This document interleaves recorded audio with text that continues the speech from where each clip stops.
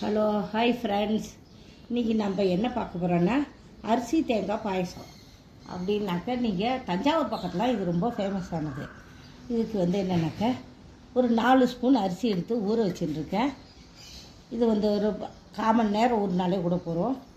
1/2 cup தேங்காய், கொஞ்சம் முந்திரி, 1/2 கப்புக்கு வெல்லம் எடுத்துட்டுருக்கேன், ஏலக்காய் பொடி. இந்த அரிசியை தேங்காய் இது ரெண்டுத்தையுமா சேர்த்து வழன்னு அரைச்சிக்கணும். அரைச்சிக்கிட்டு அதுக்கப்புறம் அதை கொதிக்க விடணும். கொதிக்க விட்டதுக்கப்புறம் வெல்லத்தை போடணும். வெல்லம் போட்டப்புறம் ஏலக்காய் பொடி போடணும். இதுக்கு ஆனாக்கா அரிசி தேங்காய் பாயசத்துக்கு பால் விட வேண்டாம். பாக்கி எப்படிங்கிறத செஞ்சு காமிக்கிறேன். 1.5 டம்ளர் தண்ணியை வச்சுருக்கேன். இல்லை அரிசியும் தேங்காயும் அரைச்சி வச்சுட்டேன். அதில் கொட்டி கலரணும். வெல்லத்தை இதுலேயே முதலையே போட்டுட்டேன்னாக்கா இந்த அரிசியானது வேகாது. அதுக்காக இது வேகிறதுக்காக வேண்டி முதல்ல தண்ணியை வச்சு கொட்டி வேக விடணும். வெந்ததுக்கு அப்புறம் தான் வெல்லத்தை போடணும். இதை ஒரு 5 நிமிஷத்துக்கு கொதி வரணும். கலரிண்டே இருங்கோ. ஏன்னா அந்த அரிசி போட்டுக்கிறது இல்லைன்னா கட்டியாக ஆகிடும். ஒரு இடத்துல மாத்திரம் குண்டாகவும் இதுவாகவும் கட்டி தட்டிட்டு போய் கிடக்கும். அப்படி இல்லாமல் இருக்கணுங்கிறதுக்காக அது கொதி வர்ற வரலும் கொஞ்சம் இப்படி கலரிண்டே இருக்கணும். அப்போ தான் கட்டி தட்டிக்காமல் இருக்கும்.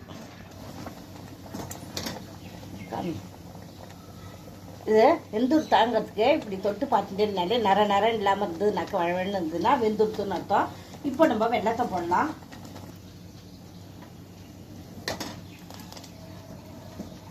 வெல்லம் கரையிற வரலாம் கொதிக்க விட்டால் போதும். அப்புறம் நம்ம அடுப்பை ஆஃப் பண்ணிவிட்டு ஏலக்காய் பொடியும் முந்திரியும் போட்டுடலாம்.